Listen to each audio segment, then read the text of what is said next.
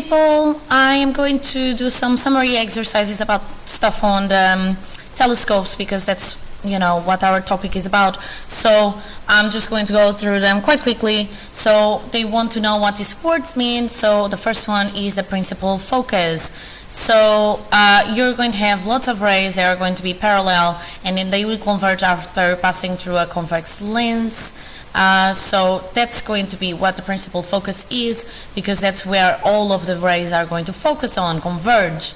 Next one, focal length. So that's going to be the distance from the lens up to the place, or the mirror really, up to the place of all the rays are converged. So a point after set of parallel after passing through convex lens, distance from the optical center of a lens to the principal focus. Here it is. So that's what the focal length is. Going to the objective lens. So this is a lens that gathers all the light from the object. So here we go. Next one, you can always pause the video really if you want to look at the other options, or maybe I should just talk about it. So lens that magnifies the image produced by a reflecting telescope, so it can be viewed by the eye. Because it's viewed by the eye, this is the eyepiece lens. A lens that is thicker in the middle than at the edges, which narrows or converges a beam of light. So that's all very pretty, but this is not an objective lens, this is a converging lens, okay? Objective lenses, they really just gather the light from the objective. Okay, they could be converging or diverging, but you know, that's what they do. Magnification, so that's going to be the ratio in between the image that you have and the actual object, okay?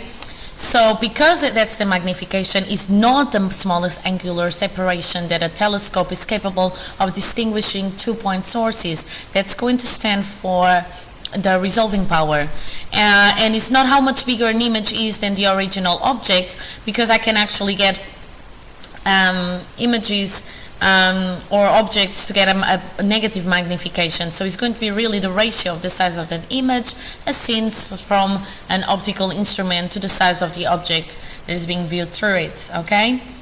Charge coupled devices, CCDs. So that's when I have lots of pixels. They are going to be sensitive to photons or light, and they are going to make the electrons leave their surface and to make an image by doing lots of different tiny images or color dots from that image, okay? So you have lots of color dots all together that make an image. So it's not a telescope that collects and charges using a large diameter dish and an antenna. It's not several radio telescopes connected in a grid to produce a combined image with a greater resolution than a single large telescope. Finally, the last of this particular exercise, resolving power. They have the smallest angular separation at which a telescope is capable of distinguishing two-point sources. They have how much bigger an image is than the original object. No, oh, I shouldn't have done that already. Or the ratio of the size of an image seen by a telescope to the size of the object. So these were the things about magnification. Really here, I want to know what is the smallest angle in between the objects that I can actually see them, distinguish them, okay? We have more, so let's just check. The basics astronomical refracting telescopes consist of two lenses called, and it's going to be the objective and the eyepiece lens, okay? Not a secondary or not a primary lens, okay?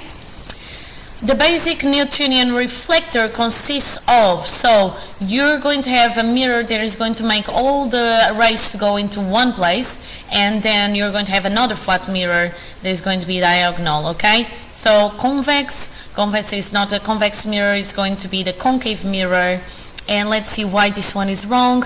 Magnifying lens, objective mirror, flat diagonal mirror. So this is just objective mirror, but here we are talking about reflectors. You don't want just a mirror, you want a mirror that is going to focus everything, so it had to be concave mirror, okay? Next one, the Cassegrain reflector consists of, so you're going to have the parabolic mirror or the concave mirror, and then you have a secondary mirror that is going to be convex, okay? So it cannot be flat, it needs to be convex, and then you have an eyepiece lens. The reason why C is wrong, let's look at C. Concave mirror and an eyepiece mirror. Concave secondary mirror, no, is a convex one, okay? So that's why it's wrong. Question 4. If a converging lens isn't ground to a perfect parabolic curve, what effect does it have on the image? So it's going to make that I have several focal points. So blurry due to a shortening of the focal length, not really, because it's not because the focal length is short. It's blurred to chromatic aberration, that's only for lenses, so no. It lacks sharpness due to the spherical aberration, which is actually the name of the aberration we give when I cannot have more, or actually when I have more than a focal point. So here it is. Question 5. Chromatic aberration affects which of these optical components? So it doesn't affect mirrors. Lens or mirror that does not have a perfect parabolic curve, that's going to be the spherical aberration, so it needs to be all lenses, okay? Next question. Which of the following is a disadvantage of the reflector? Compact and portable? No, because that's an advantage. The image is reduced by the obstruction caused by the secondary mirror. Yup. It is expensive to make because the primary lens must be perfectly parabolic. So actually let me read this, because it is expensive to make. The primary lens, oh, it says lens, so actually that's wrong because it had to be primary mirror, so B is the right answer. Be careful about the words they are showing in there, okay? Question 7.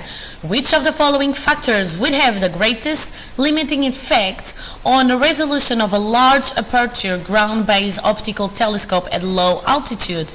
So, Rayleigh criterion is going to be the criterion that tells me what is the resolving power really, or what is the minimum angle that I need to have to be able to resolve the two stars. So that's not A.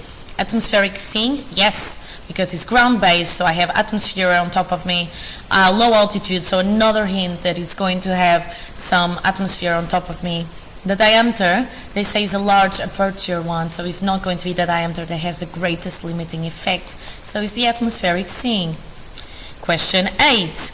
Compared to an optical telescope, a radio telescope has, and they say, higher resolving power and can detect more distant objects, lower resolving power but can detect more distant objects, higher collecting power and higher sensitivity. It's not the last one. We're talking about telescopes still, so it will collect more light. Maybe if it has, but it's about the same size of the telescope, so not so ever. Now, can collect more distant objects, yes. One says higher resolving power, the other one says lower. Now, a radio telescope has a higher wavelength, so it picks up stuff with a higher wavelength. The resolving power is going to be the wavelength over the diameter. So the diameter of the telescope is the same because they say compared to an optical telescope, so they are comparing the same size. So D is the same, so the wavelength on the top is what is changing. Bigger wavelengths, radio telescopes, means that I need to have bigger angle separations, so it will have a lower resolving power. Go to my previous videos if you have no idea what I'm talking about.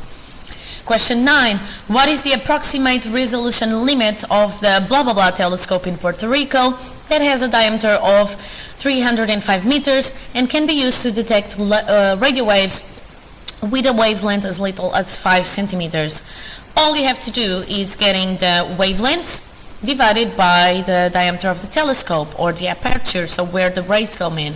I have meters, I have centimeters. I need to get 5 centimeters to go into meters, so 0.05 divided by 305. This one I actually remember in the lesson it was A, but I would actually just click all over the place really to see what would be the right answer. No, because I don't have a calculator here.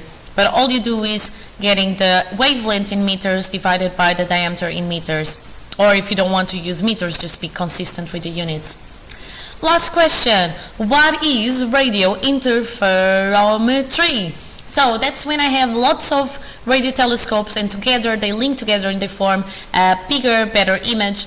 So, yup.